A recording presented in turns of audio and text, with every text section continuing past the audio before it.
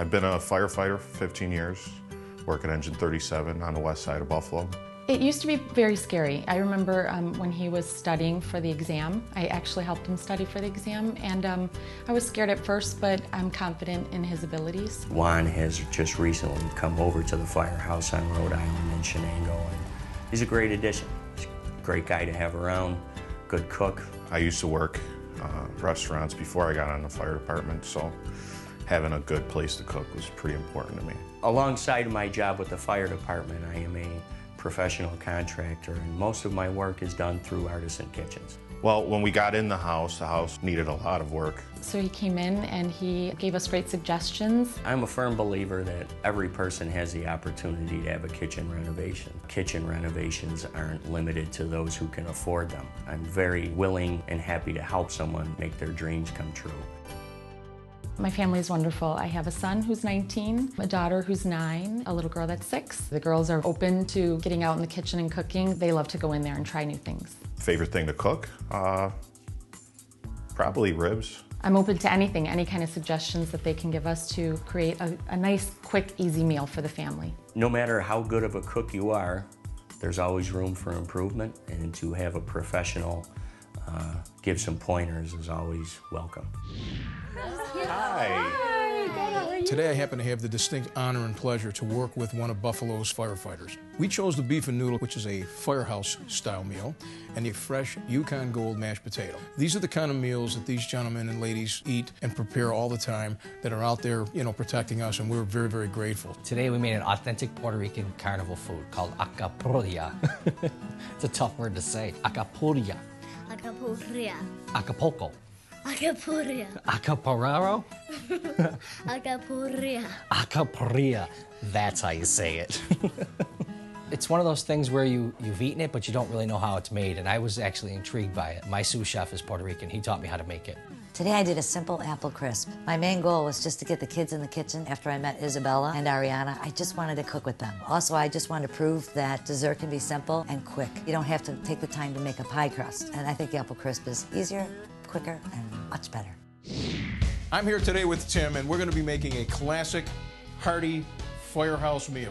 I understand that you're a Buffalo firefighter. Yes. And you guys eat like this all the time. Red meat and potatoes. Oh man, I'm excited about this one. The beef and noodles was a wonderful dish to make. What we did was we took a nice hot Dutch oven, put a little bit of oil on the bottom of the pan, just took about a 4-pound chuck roast, add a little bit of sea salt, a little bit of pepper, and we seared both sides, get a nice crust finish on both of them. All right, Timmy, now what we're going to do is while our meat is searing, we're going to add some nice rough chopped onion. Working with Art was great. Very funny, very knowledgeable guy. A little bit pushy in the kitchen. Wish I could have chopped some onions up myself. Of course, he's got a little bit more experience in the kitchen than most people that I've worked with before. He basically taught me a little bit more than I taught him, I think. That's the way we want our onions, just caramelized just like that color. We added beef stock, put it in the oven for about 3 hours till the beef was nice and flaky, fork tender. I learned that you can actually cook meat and vegetables inside of a broth. It's something I didn't know previous. We pulled it out, removed the beef off to the side, let it set. We added a little bit more stock to our onion mixture. We added some Pennsylvania-style Dutch noodles. We reintroduced the shredded beef, stirred it up, finished it with a little fresh parsley, and brought it to the table for presentation. So Jessica, when Chef Krista told me that you wanted to learn how to make an authentic Puerto Rican appetizer for your husband, Yes. I was put to the challenge. We're going to make an alcapurria. That was pretty good, huh? That's very I've been good. stumbling over that word. That was I said great. it all weekend. I learned how to make it, and I got to pay tribute to my sous chef, Efren, who's actually Puerto Rican, and who actually taught me this dish. First, you make a masa using plantains and toro root. You got to use the right side of the grater. If you use the wrong side, it comes out too coarse. Labor of love. You boil down a chote seed, you add the seed in oil into the plantains and the toro root. Marco, did you say that this is just for the color? It is, it's just for the color, and look how nice and bright and orange it is. Isn't that cool? Good, yeah. And then once that's done, you brown some meat with some olives, some capers, a little sazon, a little sofrito. I'm learning all my Spanish today in today's cooking. And one more ingredient, adobe spice. I feel intimidated sometimes in the kitchen, so it was nice to work with someone who kept things easy and light for me. So we're just gonna put a little oil on the plate. We take our masa dough. We set our masa dough right in the middle. Okay. We spread it out a little bit. Press it down.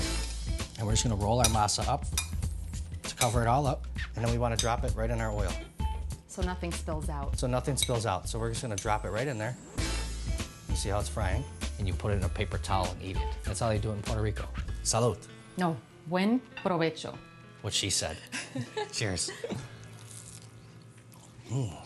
Today with the apple crisp, I simply brought a wonderful core, peeler, and slicer, all one piece of equipment. Ariana, how about we let your sister Isabella help us? Come on, Isabella, where's that apple I gave you? Oh, Isabella. Isabella, I need to peel it first. I love working with kids in the kitchen. That's one of the stories I preach. Get your kids cooking with you. You are strong. You are one strong lady. I took the apples when they are all cut, cored, and peeled, and sprinkled them with a little lemon juice. Just adds a little tartness to it and keeps them from browning, and cinnamon, and tossed them with a little vanilla bean sugar. The girls did an awesome job. They did like half of your work, but I need you for the crunch. I wanted to do the apples. You wanted to slice and dice? I did. I worked with Juan for the topping. He was in charge of the crisp. Very simply, brown sugar, a little bit of cinnamon, oats, just a bit of flour, and pecans. Something a little bit different. That's what I always try to do. Nice, ice cold butter. Quickly worked in, but not overworked. She's fantastic in the kitchen. She's really easy to work with. It was a pleasure to cook with her. Just on top, in the oven, 350 degrees, about 30 minutes, and there we go. All right, perfect. In the oven. Just for fun, I brought along some homemade sour cream ice cream, and I whipped up a batch of caramel sauce before I came over here. And it's a lot more than just that crisp. Serve it with some ice cream and make some homemade caramel sauce. I love the meal. I was so glad that they were able to come and show me something new. Having my fellow brothers here, who we spent hours upon hours together, working together, and coming here, having a fantastic meal was just a dream come true. More often than not, when I'm finished building a kitchen, I'm done with the customer and I walk away. This time I got to see it in action, see the homeowners enjoy it as well as myself, knowing I gave them a good product. Knowing my daughters, how much they love cooking, watching cooking shows, it was just perfect for them to get in there and cook with Chef Krista. She's fantastic. My daughter Ariana wrote an essay so that she can share this experience with the kids at school. Today was a very fun day. It was weird having all of these cameras and restaurant chefs in my house, but it was cool. The food was amazing. Between takes, we had lots of fun. At the end, we had an experience to last a lifetime. Come dine with me, Western New York.